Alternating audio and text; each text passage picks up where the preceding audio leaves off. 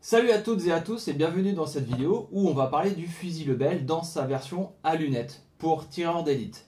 Deux points avant de commencer, si vous voulez connaître l'histoire et le développement du fusil Lebel, je vous renvoie à ma vidéo où j'ai déjà abordé le sujet. Même si c'est une vidéo assez ancienne, le contenu reste parfaitement ok.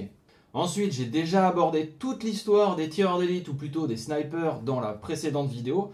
Donc idem, allez la voir si vous voulez plus de détails sur les snipers durant la Première Guerre mondiale. Ici, on va se concentrer exclusivement sur le fusil Lebel de tireurs d'élite et voir les différentes lunettes et les différents montages. Comme on l'a vu dans la vidéo sur l'histoire des snipers, les Allemands sont les seuls en 1914 à avoir des fusils à lunettes. Au début de simples carabines de chasse, le fusil réglementaire G98 sera rapidement transformé pour y poser une lunette. Côté anglais et français, il n'y a pas de sniper et encore moins de fusils équipés de lunettes. Quand les Alliés vont réaliser qu'il y a un manque de ce côté-là, nous sommes déjà au milieu de l'année 1915. Jusque-là, le sniper allemand dominait complètement le no man's land. Le problème, c'est que l'industrie des optiques en France n'était pas très développée, à tel point qu'au tout début, ce sont des lunettes commerciales vendues sur le marché civil qui seront récupérées, achetées évidemment pour équiper les fusils Lebel ou les SMLE anglais. La lunette la plus iconique de ses débuts est la Winchester A5 qu'on retrouve sur les fusils anglais ou français. C'est d'ailleurs ce montage que je vous montre aujourd'hui et que j'ai utilisé sur mon propre fusil. Alors ça semble assez étrange comme ça, mais oui, ce type de montage a bien existé.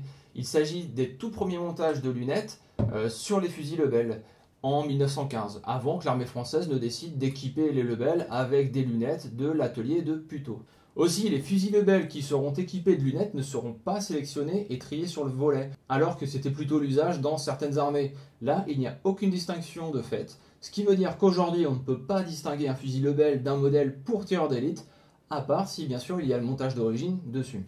On peut dire que globalement, l'armée française durant la Grande Guerre sera pauvrement équipée de fusils à lunettes et que cette pratique sera laissée de côté. Contrairement aux Anglais qui, eux, auront bien compris la nécessité d'équiper les troupes avec de telles armes pour contrer les snipers allemands, débusquer les mitrailleuses et éliminer la chaîne de commandement allemande.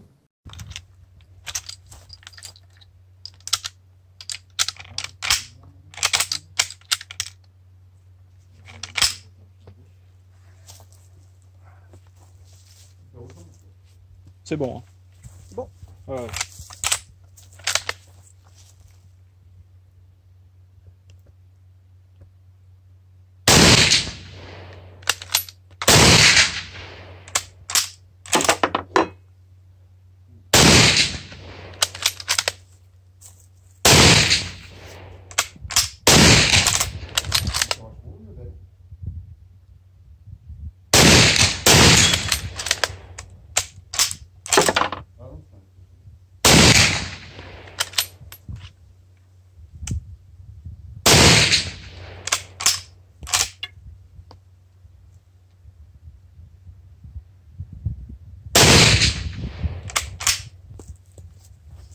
Même si les Lebel à lunettes étaient rares à l'époque et comme vous l'imaginez sont encore plus rares aujourd'hui, on distingue tout de même 3 types de montages différents et 4 types de lunettes.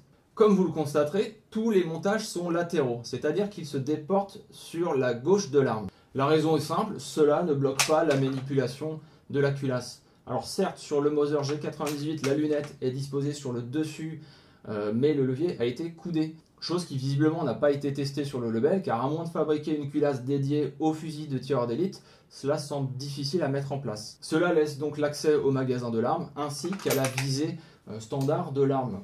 Si le tireur d'élite avait besoin de faire un tir rapide sans utiliser la lunette, il pouvait simplement déporter son œil, sa prise de visée, et il avait accès aux organes de visée de base du fusil. Problème de ce montage, outre l'importance du réglage de l'arme et de la convergence du tir entre le canon et la lunette, c'est qu'il devient impossible d'utiliser la lunette dans une plaque de blindage de tranchée. Pour rappel, ces plaques n'existaient que du côté allemand.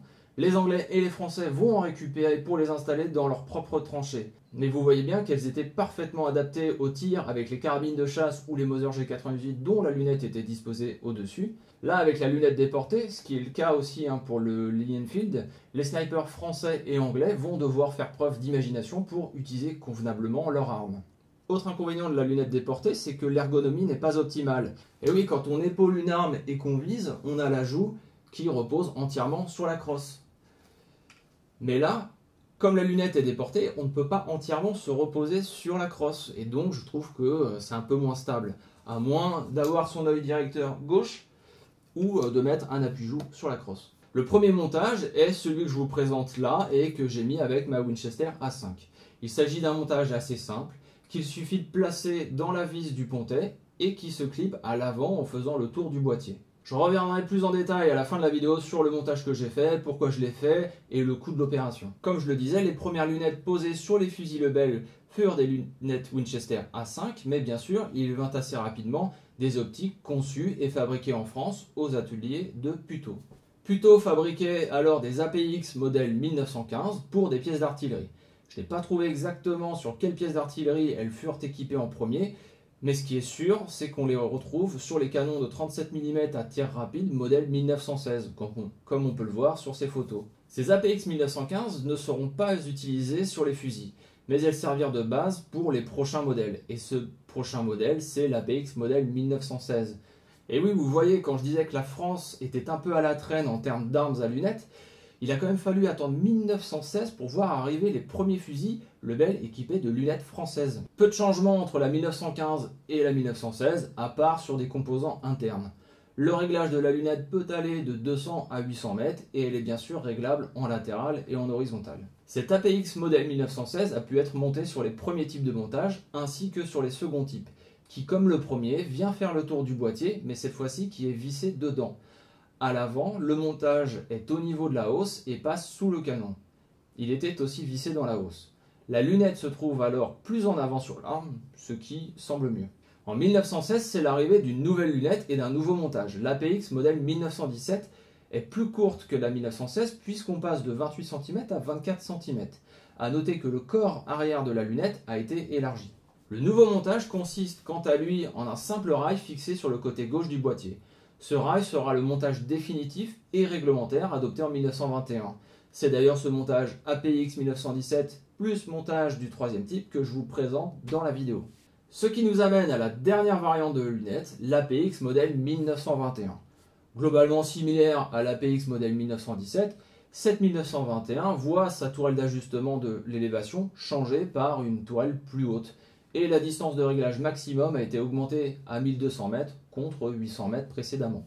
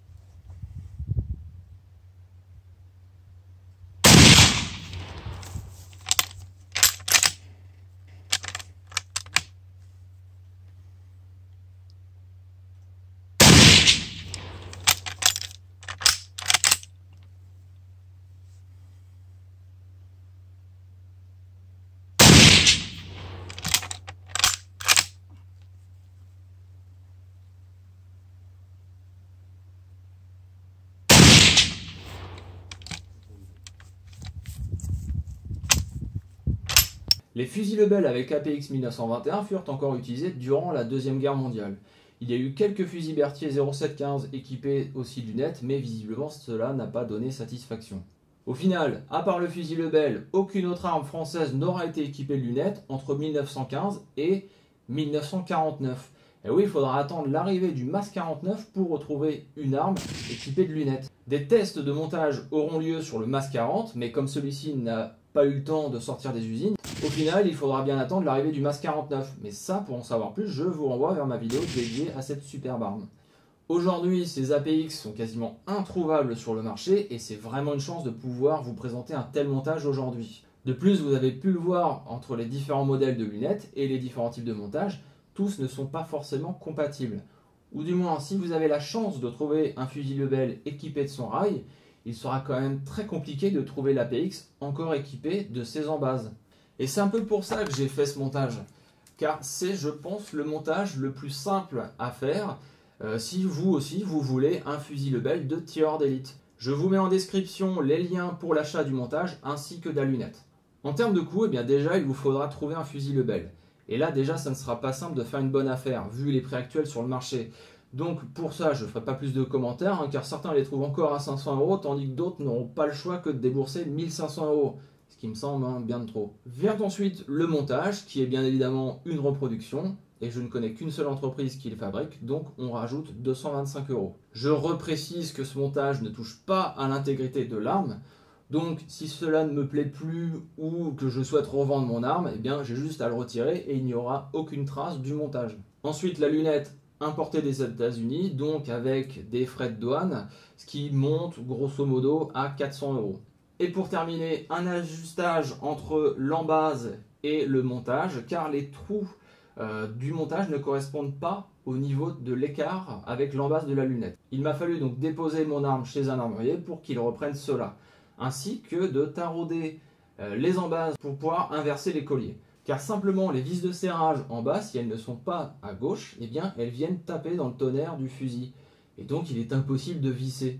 Coût de l'opération, 175 €. Évidemment, ça va dépendre des prix pratiqués par votre armurier. Donc, en plus du prix de l'arme, on est sur un total de 800 €, ce qui n'est certes pas donné, mais qui permet aujourd'hui d'avoir un fusil Lebel avec lunettes, ce qui n'est pas commun.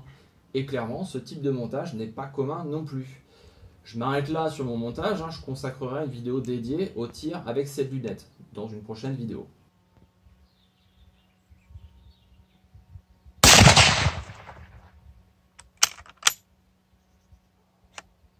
Pour résumer un peu tout ça, on retrouve donc les trois types de rails, à savoir le premier enveloppant le boîtier par l'avant, puis le second enveloppant le boîtier par l'arrière et étant fixé dans la hausse. Puis enfin le troisième type, un simple rail fixé à hauteur de la culasse. Pour les lunettes, on part de l'APX 1915, destinée aux pièces d'artillerie, pour arriver sur l'APX 1916. Puis vient l'APX 1917, une version plus courte. Et enfin l'ultime version, l'APX 1921, aussi courte que la 1917, mais avec une tourelle d'élévation différente. Même si les fusils à lunettes ne furent pas nombreux dans l'armée française, il ne faut pas oublier que la France était une nation où le tir sportif était très populaire. Il y avait des compétiteurs de très haut niveau et donc d'excellents tireurs. Compétences qui seront mises à contribution dans les tranchées. Alors certes, on voit peu de soldats français avec des fusils à lunettes, mais cela n'a pas empêché qu'il y ait d'excellents tireurs simplement en utilisant les organes de visée classiques du fusil. Voilà, la vidéo touche à sa fin sur les fusils Lebel de tireurs d'élite, même si ce terme est quelque peu anachronique pour l'époque, car il faudra attendre le début des années 20 pour que le fusil Lebel avec lunettes soit désigné fusil de tireur d'élite. Je précise que le fusil Lebel présenté avec son APX est un remontage, mais avec des pièces d'époque. Donc ça reste tout de même très rare à présenter et c'est une chance d'en avoir un au stand aujourd'hui. Donc merci à son propriétaire de nous en faire profiter, merci au président du club de nous avoir permis de filmer ces images. N'hésitez pas comme d'habitude à liker, à commenter, à partager, ça aide au référencement de la chaîne. Merci à tous et à toutes et à très bientôt.